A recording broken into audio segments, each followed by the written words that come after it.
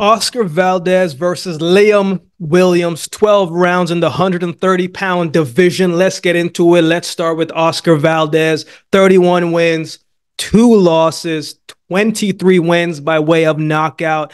Valdez, known to be a guy who can punch, a guy who was knocking cats out at one point, seemed like every single fight. I still remember his battle with Miguel Berchelt, the back and forth fight between those two, the left hand that closed out the show, and Berchelt hasn't been able to be the same since that fight. But I also felt like same with Oscar Valdez to some extent. And I rate Valdez. When he fought Robson Conceição, personally, I didn't think he won that fight.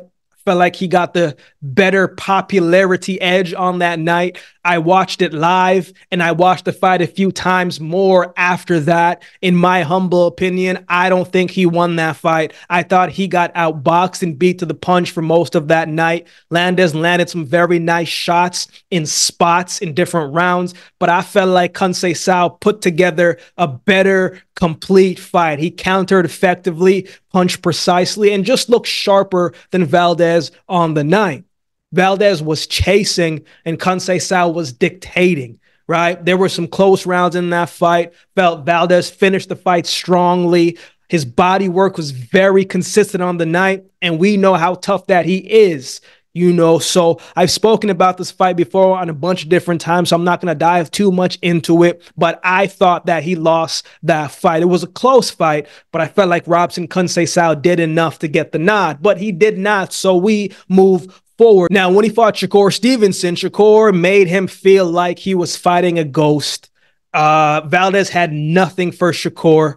Sometimes you get into the ring and your opponent is just better. Shakur was laser sharp that night, man. And sometimes you get into the ring where your opponent, again, they just got your number in every way. And Shakur was dang near perfect on that night. Shakur dominated that fight. You could even say, it was an 11-1 type of fight, right? Shakur won that many rounds, and Shakur came out of that fight looking dang near untouched for the most part.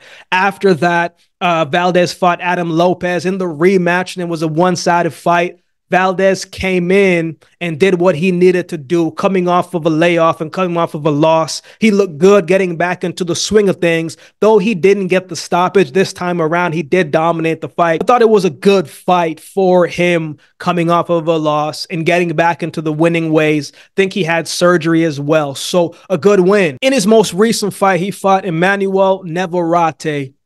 And I've said this before, I think Navarrete is one of the best boxers in the sport today. Biding, he's focused and comes in shape. There's contingents with me saying that to Navarrete, right? Because, I still can't fully trust him. Right? Sometimes he comes in looking great, like looking amazing. And then other times he looks in and you're just like, yo, this guy's beating cats up. Like, he looks great some nights, looks very regular on other nights. But in this fight, when he fought Oscar Valdez, Navarrete was looking excellent.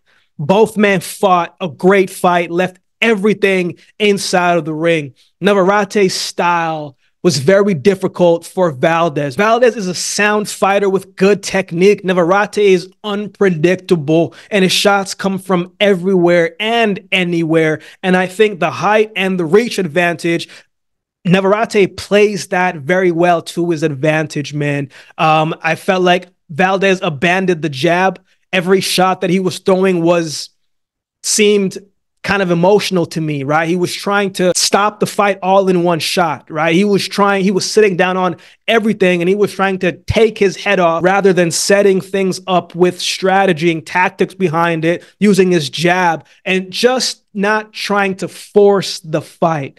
Navarrete, who's not a good defensive fighter, was able to evade some of the punches, right? Because Valdez got kind of predictable in that fight. When Valdez was landing his power punches, landing his shots, man, it didn't seem like it really hurt Navarrete too much. Navarrete kind of just ate it for the most part and just kept walking forward, coming forward, and punching forward, right? And so it got to a point where you could kind of see some of that loss of confidence for Valdez because he was like, yo, I'm hitting this guy with everything and he's still coming forward. And Navarrete, once he gets in his groove, that's a cat that's going to let his hands go. And once he's in his groove and letting his hands go, man, it's hard to really be able to evade his work. I mean, you saw Valdez's eye, how big and puffy and messed up it looked, right? Valdez got punched up every single round from every angle, but he kept trying to come forward, kept trying to punch, kept trying to get himself back in the fight. You cannot question the toughness of Oscar Valdez. Navarrete ended up getting the win, but again,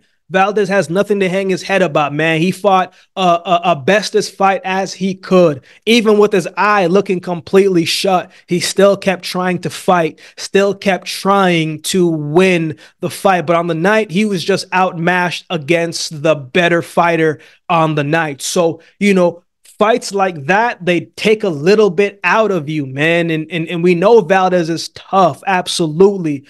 But sometimes how you lose a fight can play a factor on how you respond in your next fight. So we'll see what Oscar Valdez looks like on the night. Let's talk about his opponent, Liam Wilson. 13 wins, 2 losses, 7 wins by way of knockout.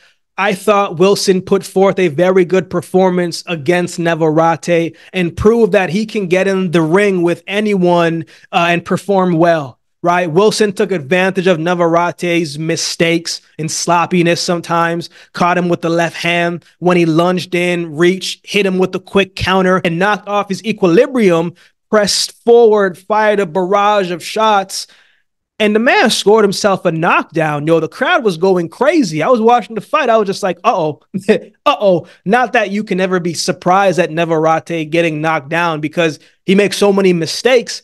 But at the same time, you're just like, uh-oh, is he in trouble? Is Wilson going to win this fight? It's definitely looked like that because everything was looking great for Liam Wilson, real great.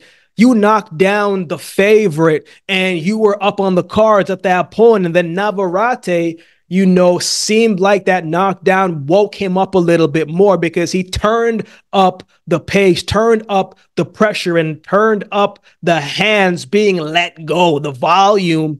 And that's when things started to turn a little bit and work against Liam Wilson. He was getting hit over and over, and he was trying to fight off with the back foot and evade punches while Navarrete was leaping and lunging forward and landing with his unorthodox approach. Wilson couldn't create enough space. He couldn't get a second to breathe. You know, Wilson was giving out punishment when he wasn't hesitant. When he wasn't hesitant and had some time, he was doing very well.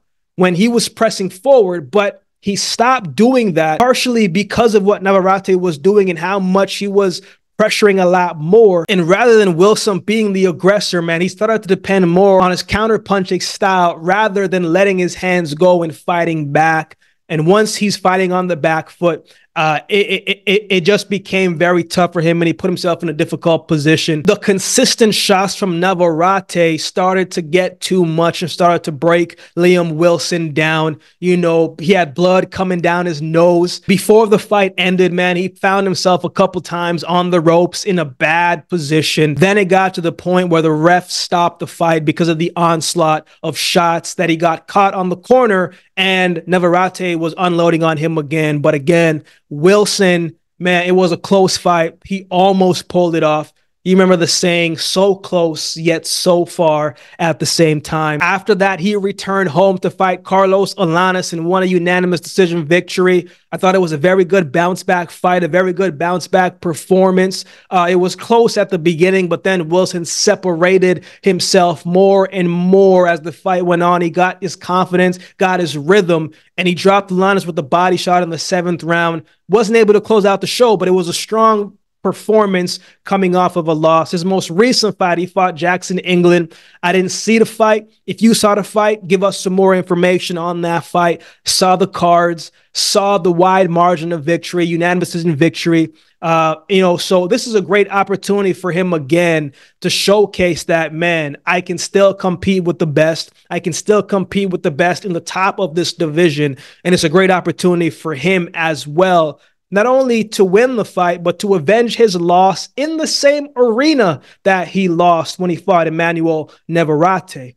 So who wins? This is going to be an interesting fight to see, because I don't know what version of Valdez we're going to see coming off of an Emmanuel Navarrete loss. That was a very violent performance, and that takes a little bit out of a fighter. So we're not sure what he's going to look like. At least me personally, he took every shot Navarrete had, and he didn't go down. You know what I'm saying? So it goes to show the level of toughness that Valdez has inside and the heart that he does possess. Valdez did land heavy punches of his own on Navarrete. Valdez is going to have his opportunities to land big shots on Liam Wilson, right? Liam Wilson fought a great first half fight against Navarrete, but when the pressure was on and Navarrete let his hands go, he couldn't keep up with the pace and he got stopped, right? I think what helped Liam Wilson in that fight was the fact that you're not really sure what version of Navarrete you're going to get. You're either going to get the one that's up here,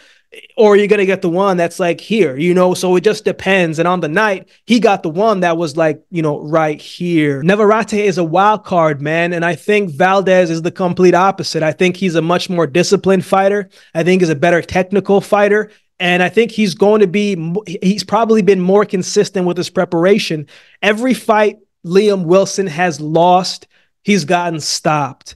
I don't think Valdez is as big of a puncher at 130 as he was at 126, in my opinion, but I still think he has the power that you have to respect. I like Oscar Valdez to win this fight by stoppage if he comes out and lets his hands go a lot quicker, but a distance outcome, a decision victory wouldn't surprise me either. You know, again, we'll see what version of Oscar Valdez this is. I think Liam Wilson has a great opportunity to win this fight. Can he? We'll see who executes better on the night.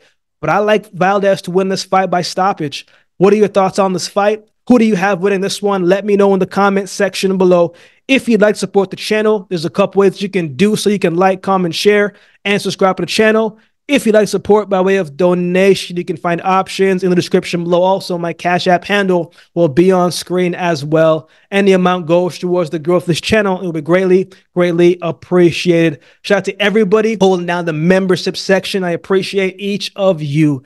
So with all that being said, if you've been watching the video this long, do me a favor and subscribe to the channel, and we'll definitely see you next time.